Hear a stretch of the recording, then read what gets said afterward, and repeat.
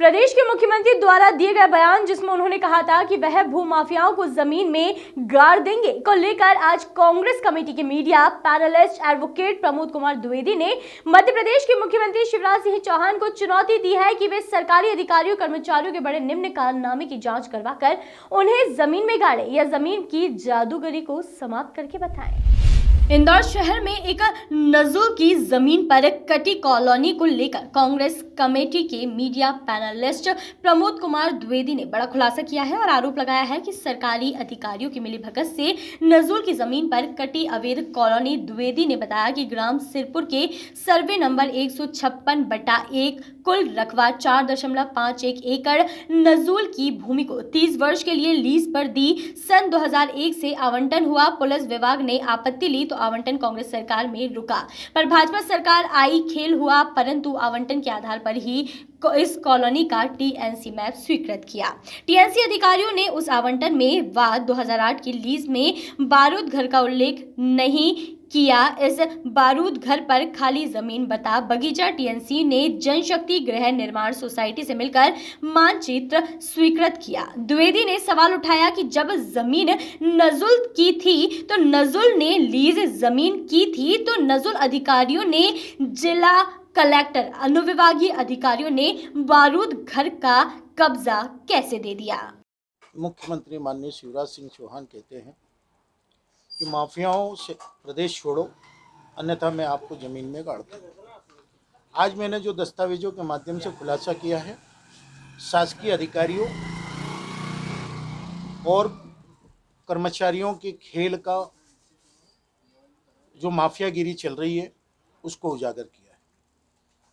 इंदौर में ग्राम सिरपुर एरोडम थाने के पास के खसरा क्रमांक 156/1 कुल रकबा 4.5 एकड़ नजुल की ज़मीन, जबकि दस्तावेजों में वो मिलिट्री तोपखाने की ज़मीन है, उस पर बारूद घर बना हुआ था। सन 2001 में नजुल विभाग ने जनशक्ति गृह निर्माण संस्था को, जो कि शासकीय अधिकारियों और कर्मचारियों की संस्था है, लीज पर देने का तय किया। पुलिस विभाग ने आपत्ति ली।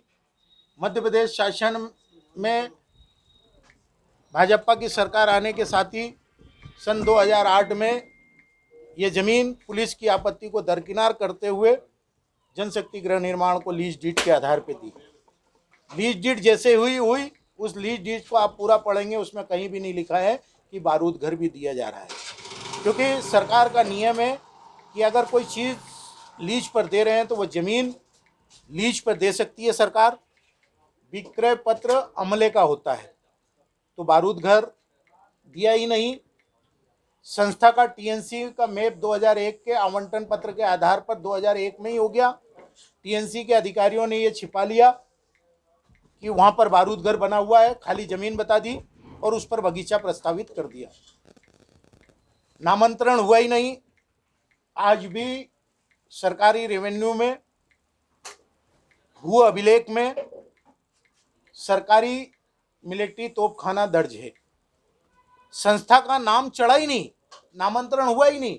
डाइवर्सन कैसे हो गया, टीएनसी कैसे हो गई, संपत्ति कर कैसे जमा हो गया, और इन सब से ऊपर तो ऊपर नगर निगम उपायुक्त अरुण शर्मा ने 2020 में दिसंबर में एक आदेश जारी कर दिया कि इस बारूद घर को तोड़ दो।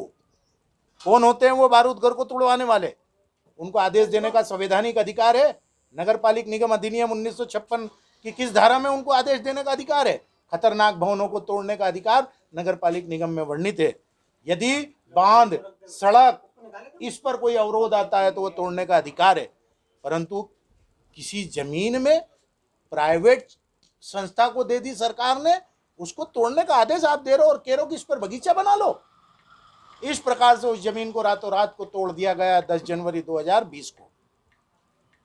फिर खेल शुरू हुआ, कॉलोनी का विकास हुआ ही नहीं, भवन निर्माण की अनुमति दे दी गई।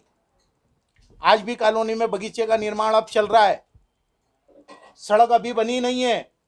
कानकुब्ज नगर साइड वाली, श्री कृष्ण नगर वाली साइड, टीएनसी में जो सड़क बताई है वो सब छोटी बता दी। जो भूखंड आपको रजिस्ट्री में बता रहे हैं, रजिस्ट्री नहीं करते हुए लीज की जा रही है, वो भूखंडों की साइज छोटी कर दी गई है टीएनसी में बता करके। यानी कि कुल मिलाकर के शासकीय अधिकारी भारतीय दंड संहिता की धारा 420, 120B, 467, 471 का कूटरचित दस्तावेज बना करके आपराधिक षड्यंत्र देख कर रहे हैं। मुख्यमंत्री जी, आपके शहर का, सपनों का शहर है इंदौर, यहाँ के शासकीय अधिकारियों ने खेल किया है। कब जमीन में गाड़ोगे? आप बता दो। आपको हर 15 दिन 7 दिन के अंदर एक न एक जमीन के खेल आपके शासकीय अधिकारियों के ही मैं बताऊंगा और उसका खुलासा करूंगा। आप कब कब इन अधिकारियों को सस्पेंड करते हैं, जमीन में गाड़ते हैं, ये देखना चाहते हैं हम। अधिकारियों के साथ कोई जनप्रतिनिधियों के भी नाम आप बता सकते हैं क्या? क्योंकि नहीं, इसमें अभी जनप्रतिनिधियों की डायरेक्ट भागीदारी नज़र नहीं आ रही है। कुल मिलाकर जनप्रतिनिधि इतना कानूनी तरीके से खेल तो नहीं कर सकते।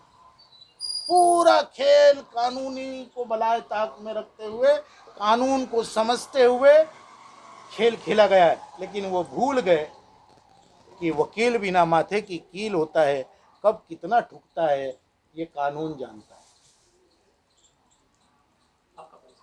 प्रमोद कुमार द्विवेदी, प्रदेश प्रवक्ता, Madhya Pradesh Congress committee, advocate. Bureau report, voice of rights.